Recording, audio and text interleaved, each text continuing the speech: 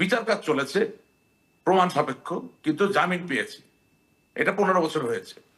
আর 3 নম্বর আপনি যেটা বলছেন পালিয়ে থাকা, বাড়িতে না থাকার কথা। হ্যাঁ, কোনো ব্যক্তির নামে মামলা হওয়ার পরে তিনি মামলা হয়েছে এটা জেনেই আদালতে আত্মসমর্পণ করবেন, নাকি কিছুদিন তার নিজ বাড়ি থেকে পালিয়ে থেকে কোন রকম কোনো আইনি ব্যবস্থা নেওয়ার চেষ্টা করবেন, এটা একান্তই তার সিদ্ধান্ত। আমি সেটাকে সাধুবাদ জানাই না, আমি এখানে উদযাপন করতে বসিনি, আমি বুঝতে পেরেছি রাশেক রহমান, আমি বলবো না এই কাজটা সঠিক বা বেঠিক, রাইট, কিন্তু আপনি আমি শুধু বলতে চাচ্ছি আপনি তুলনা করতে চান, তুলনা করতে পারবেন। এখনকার যে ললেসনেস, অর্থাৎ একেবারে আইনের যে অনুপস্থিতি, সেই অবস্থা কিন্তু তখন ছিল না। না, কারণ প্রত্যেকটা পরিস্থিতি তো ভিন্ন, এই কারণে আমি তুলনায় যাচ্ছি না। কিন্তু আপনি যদি আমাকে একটু বলেন যে এই যে যখন ঢাকা শহরে আপনারা যখন ক্ষমতায় ছিলেন, বিরোধী দল কোনো কর্মসূচি দিয়েছে, গণগ্রেফতার, গণমামলা, এই কাজগুলো কি আপনাদের সময় হয়নি রাশেক রহমান? না, দেখেন আমি আপনাকে একটা সহজ জিনিস বলি, আমি তো সাহস করে কিছু কথা বলি যেগুলো অনেকে বলে না।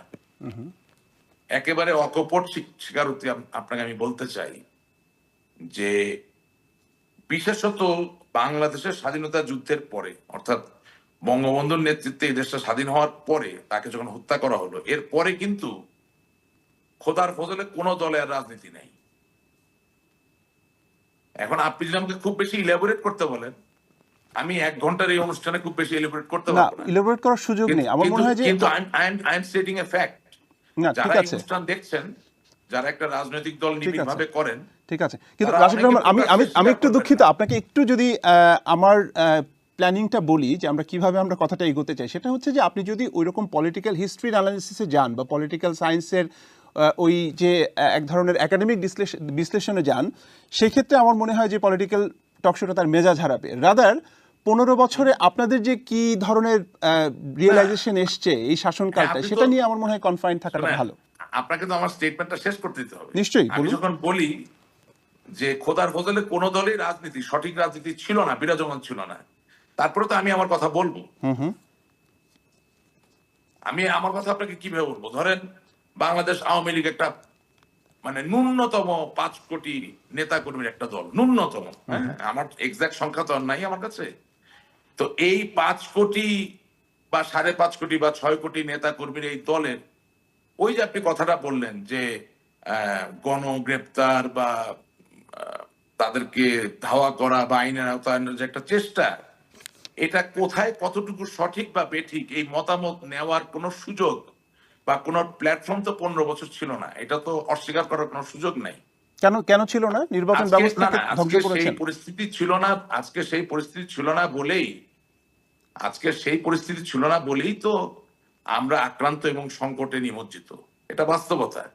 হ্যাঁ, চক্রান্ত ছিল, বৈশ্বিক চক্রান্ত ছিল না, কিন্তু সুযোগ ছিল না বলতে আপনি যদি একটু ব্যাখ্যা করেন, সুযোগ ছিল না বলতে কি বোঝাচ্ছেন? আপনাকে ছোট ব্যাখ্যা দিই এইভাবে।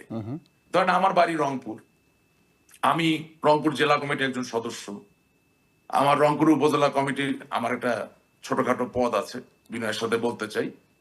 সেই সুবাদে আমি যে কোনো রংপুর বিষয়ক কাউন্সিল হলে, রংপুর জেলার যে সম্মেলন হয়, সেখানে আমি একজন কাউন্সিলর হিসেবে উপস্থিত থাকতে পারি।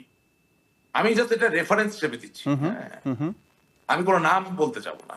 আপনি আশ্চর্য হবেন, আমার সামনে রংপুর জেলার একটি সম্মেলন হলো, এই সম্মেলনে ঢাকা থেকে আগত রংপুর বিভাগের দায়িত্বপ্রাপ্ত জাতীয় নেতৃবৃন্দ, অর্থাৎ কেন্দ্রীয় নেতৃবৃন্দরা উপস্থিত ছিলেন স্বাভাবিকভাবেই।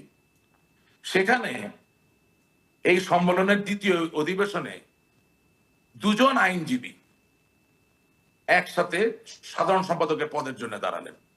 ঠিক আছে, এখন একজন সাধারণ সম্পাদক তিনি যখন দাঁড়ালেন, এই হলে যত কাউন্সিলর তারা মুহুর্মুহু করতালিতে তাকে একেবারে প্রকাশ্য সমর্থন দিয়ে দিল।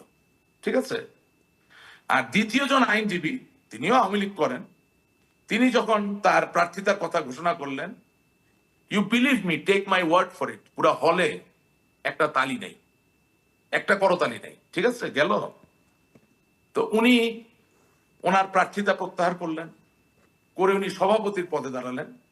সেখানে আবার এই রংপুর জেলার একজন তরুণ সংসদ সদস্য, যিনি 2 বার বা 3 বার হয়েছেন এবং একটি ঐতিহ্যবাহী আওয়ামী রাজনৈতিক ঘরানার পরিবারের একেবারেই একজন প্রধান সদস্য বলে সবাই তাকে চেনে, কিন্তু তরুণ। সে যখন সভাপতির পদে দাঁড়ালো তখন পুরো হল রুমে মুহুর্মুহু আবার করতালি। কিন্তু ওই যে আইনজীবী যিনি সাধারণ সম্পাদকের প্রার্থিতা প্রত্যাহার করে আবার সভাপতির পদে দাঁড়ালেন, সেখানে কিন্তু কোনো করতালি নাই। এখন তার পাশাপাশি আরেকজন ব্যক্তি, তিনিও সভাপতি হিসেবে দাঁড়ালেন, তার প্রস্তাবকও নাই, সমর্থকও নাই। এখন দ্বিতীয় অধিবেশনে এক পর্যায়ে দেখা গেল যে ঢাকা থেকে আগত নেতৃবৃন্দ তারা ঢাকায় আমাদের মাননীয় সাধারণ সম্পাদক জনাব ওবায়দুল কাদের চাচার সাথে ফোনে কথা বললেন। কথা বলার পরে কাউন্সিলরদের সামনে ঘোষণা করা হলো যে বঙ্গবন্ধু কন্যা জননেত্রী শেখ হাসিনা অমুক অমুককে সভাপতি এবং সাধারণ সম্পাদক হিসেবে দেখতে চান। কাদের নাম বলা হলো? যাদের নামে কোনো করতালি পড়লো না, যার নামে প্রস্তাবক সমর্থক নাই। এখন ভাই, আওয়ামী লীগ 15 বছর ক্ষমতায়, এই পা ফাটা কাউন্সিলর যারা আসছে তাদের ঘাড়ে কয়টা মাথা? ওখানে সাধারণ সম্পাদক যদি স্পিকার ফোনে বলে বসে যে বাংলাদেশের মাননীয় প্রধানমন্ত্রী আওয়ামী লীগের সভানেত্রী অমুক অমুককে সভাপতি এবং সাধারণ সদস্য চান, এটা দ্বিমত করার কোনো সুযোগ নেই। আপনাকে আজকে ঘটনাটা এই কারণে বললাম যে এভাবে যখন সম্মেলন হয়েছে, এভাবে যখন কমিটি গঠিত হয়েছে বিভিন্ন জায়গায়, তখন অবশ্যই রাজনৈতিকভাবে কোনটা করা সঠিক বা কোনটা করা সঠিক নয়, সেই মতামত আপনি সম্পূর্ণ নিশ্চয়ই এবং সঠিকভাবে পাবেন না। জি, রাশিদ চৌধুরী, রাশিদ রহমান, আপনি দেখেন যে আপনি যে ঘটনাটি বললেন, আমরা যারা পলিটিক্যাল জার্নালিজম করি এরকম অসংখ্য ঘটনার কথা কিন্তু আমরা শুনেছি। এখন প্রশ্ন হচ্ছে যে আপনি যে কথাটি আজকে বলছেন, বেশ খোলামেলাভাবেই বলছেন, এই কথাটি আপনি গত 15 বছরে কেন বলেননি? মানে বলতে পারেননি, নাকি এক ধরনের ভীতি থেকে আপনি নিজেই এক ধরনের সেলফ সেন্সরশিপ নিয়ে রাজনীতি করতে চেয়েছেন, টিকে থাকতে চেয়েছেন, কোনটা? আপনার পলিটিক্যাল জার্নালিজম যেমন এখন আগের থেকে অনেক বেশি ধারালো, ঠিক একইভাবে আমিও আগে আপনার মতো করে একটু কম ধারালো ছিলাম। কারণ বললাম না, আমার ঘাড়ে কয়টা মাথা। আমি না হয় না, এটা বোধহয় একটা সুপ্রিম কমেন্ট হয়ে গেল রাশিদ রহমান।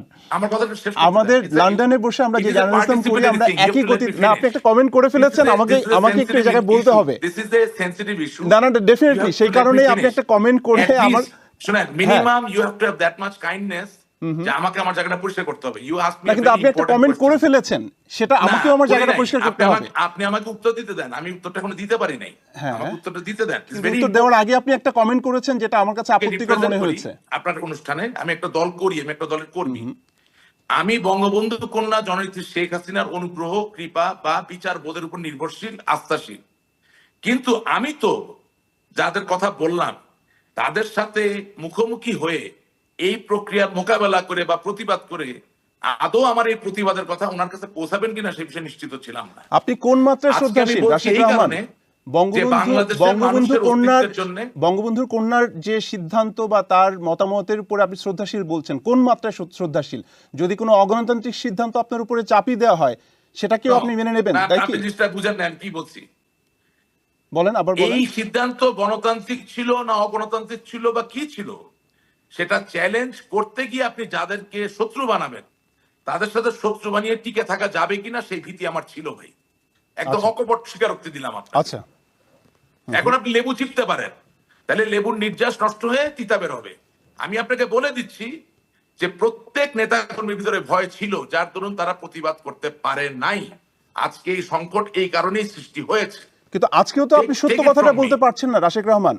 আজকে আপনি শুধু সত্যি কথাই তো বললাম। না, আপনি শুধু ওবায়দুল কাদেরের উপরে দোষ চাপিয়ে আপনি চলে যাচ্ছেন। এটা তো পুরো নেতৃত্বের দোষ। আমি আপনাকে বলেছি যে রংপুরের দায়িত্বপ্রাপ্ত নেতা যারা ছিলেন, আপনি আপনার একাডেমিক রিসার্চ করেন না, কিন্তু আমি বলছি যে আপনি সব নেতাদের উপরই দোষ চাপাচ্ছেন, কিন্তু একজনকে বাদ রেখে। আমি আপনাকে একটা উদাহরণ দিলাম, কারণ এই ঘটনাটা বাংলাদেশ প্রতিদিনে প্রকাশিত হয়েছিল।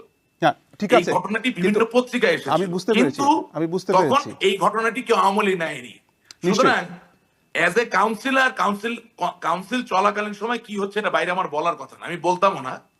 কিন্তু যেহেতু এটা প্রকাশিত সংবাদ, এই জন্য এটাকে রেফারেন্স টেনে আপনাকে উদাহরণ দিলাম। না, সবই ঠিক আছে, কিভাবে আমরা প্রতিনিয়ত ভুল সিদ্ধান্ত দলের ক্ষেত্রে নিয়েছি। নিশ্চয়ই, কিন্তু আমার প্রশ্নটা হচ্ছে যে আপনি নেতৃবৃন্দের অনেককেই দোষারোপ করছেন, কিন্তু এই প্রবণতাটা কিন্তু এখনো রয়ে গেছে যে যদি এটা নেতৃত্বের দুর্বলতা হয় বা ভুল হয়, তাহলে তো পুরো নেতৃত্বকে আপনি দোষারোপ করবেন, ইনক্লুডিং আপনার সভানেত্রী। আপনি তাকে তো একটা জায়গায় রাখছেন। না, আমি সহজ কথা বলি, আপনি যে সিমলেস ভাবে শুনতে চান আমি বলতে পারি, আর না বলতে দিলে বলবো না। না না বলেন।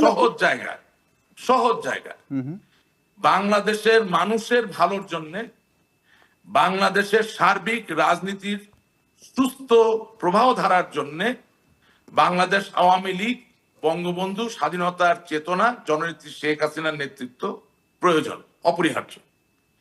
এটাকে যদি নিশ্চিত করতে হয় তাহলে আমাদের দলের ভিতরে যে ভুল ত্রুটিগুলো হয়েছিল পূর্ববর্তীতে, সেটা প্রকাশ্যে আলাপ করেই যারা এর জন্য দায়ী ছিলেন তাদেরকে নেতৃত্বের জায়গা থেকে যদি আপনি অন্য কোনো দায়িত্ব না দেন আর নতুন মুখ যদি দায়িত্বে না আনেন, তাহলে যেটা হবে যে কিছুদিনের জন্য আপনি ভালো ফলাফল পেতেই পারেন, কারণ মানুষ যখন পিঠ দেওয়ালে ঠেকে যায়, মানুষ যখন বিপদগ্রস্ত হয় তখন মন্দের ভালো বেছে নেয়, কিন্তু দীর্ঘস্থায়ী ভাবে, দীর্ঘমেয়াদী ভাবে এটা আমাদের রাজনীতির জন্য, আওয়ামী লীগের রাজনীতির জন্য ভালো হবে না। অর্থাৎ এই যে আমরা কঠোর কর্মসূচি দিয়েছি, আমি বিশ্বাস করতে চাই যে এই কর্মসূচি সফল হবে, কিন্তু আপনি যদি গুণগত মানের দিক থেকে সেকেন্ড টায়ারের নেতৃত্বের জায়গায় একটা বৈচিত্র্য না আনেন, পরিবর্তন শব্দটা বলতে চাই না, বৈচিত্র্য না আনেন, তাহলে আপনি দীর্ঘমেয়াদী ভাবে কিন্তু গ্রাউন্ডে দাঁড়াতে পারবেন না। সেকেন্ড টায়ার কেন বলছেন জানবেন রাশেক রহমান? সেকেন্ড টায়ার কেন বলছেন? জি, মানে ফার্স্ট টায়ারে কি ঠিক আছে সবকিছু? First tyre Sheikh Hasina, yes, she is okay 100%। আচ্ছা, ওকে। ফার্স্ট টায়ার একমাত্র একজন নেতা, তাকেই আমি মানি, শেখ হাসিনা, অন্য কেউ না। ওনার কোনো ভুল বা ব্যর্থতা ছিল না? উনি ফার্স্ট টায়ার অ্যাবসলিউটলি ওকে। আচ্ছা, ওনার কোনো এই ভুল, দলের ঐক্য ধরে রাখতে হলে, ওনার কোনো ভুল বা ব্যর্থতা আপনি দেখেন না, তাই তো? না না, আমি বলছি তো, কথা শুনে, আমি ব্যর্থ দেখবো না কেন, বললাম তো সেকেন্ড টায়ার থেকে। আপনি সেকেন্ড টায়ারে চলে যাচ্ছেন, আমি ফার্স্ট টায়ারের কথা বলছি। ওনার কোনো নেতৃত্বের ভুল? আমি ফার্স্ট টায়ারকে ব্যর্থ মনে করি না। হ্যাঁ, সেটাই জানতে চাচ্ছি। কারণ শক্তিশালী প্রতিবাদ করতে হলে, নেতৃত্বের জায়গায় থাকতে হলে ওনাকে প্রয়োজন। আচ্ছা।